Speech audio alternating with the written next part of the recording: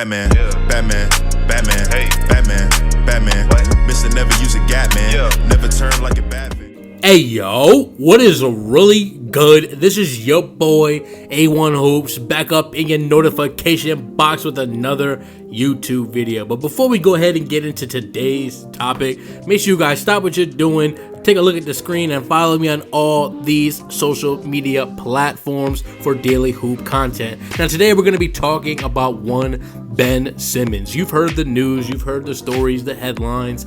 Ben Simmons and Philadelphia are basically getting a divorce and they're not going to be together no more. He wants to trade, he's trying to get up out of there, and the streets is saying, and by streets I mean the reports, is basically saying that he would rather play for any other of the 29 teams than to ever put on another Philly uniform ever again. Now, the best place for Ben Simmons to end up is the Portland Trail Blazers, and the perfect trade would be Ben Simmons straight up for CJ McCollum. Now consider this. Well, first off, the salaries match. It works. It's a straight up one-to-one trade for CJ and Ben. But if you really dive deep into what both players bring to the table, this is honestly a no-brainer, and I'm not even sure why it hasn't happened yet. But basically both teams would be getting exactly what they want. How so? Well, just think about it.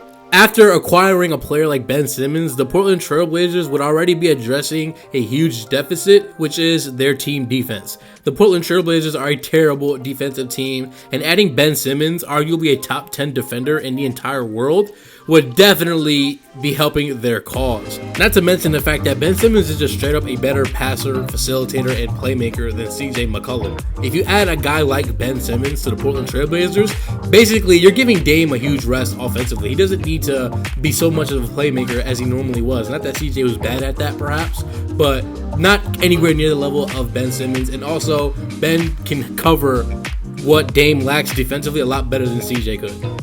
Now let's take a look at things from the Philly side of things. If you add a player like CJ McCollum to the Philadelphia 76ers, you're addressing a huge problem they had as well, which is there was no bucket getters on that team. Yes, Joel Embiid is lethal, but he's a low post scorer. He's not a perimeter shot creator or anything of that nature. There was basically no shot creators on the team and basically no bucket getters to go to in the fourth quarter when it matters the most in clutch times. There was nobody who is a big time bucket getter like my guy CJ is. And what people don't understand, what Accolade Twitter doesn't understand, is that my guy CJ is literally like that. He's a straight up bucket getter, finished averaging about 24 points per game last season, and he would provide so much spacing and room for Joel Embiid to operate, given the fact that he's a very solid and exceptional three-point shooter. And this would give Joel Embiid all the room to just be able to take over and dominate around the basket, as well as giving the Portland Trail Blazers exactly what they need, especially on the defensive side of the basketball. Now, there's a few other places or honorable mentions that I would like to name, one being the Golden State Warriors, but I don't see a package that the Golden State Warriors could put together that would even slightly entice the Philadelphia 76ers. I mean, most of the trades are going to revolve around who? Draymond Green? I mean, that man is like, yeah, he's obviously still great, especially defensively, arguably still a better defender than Ben Simmons, but he's on the downside. He's not going to be getting any better anytime soon. He's getting older.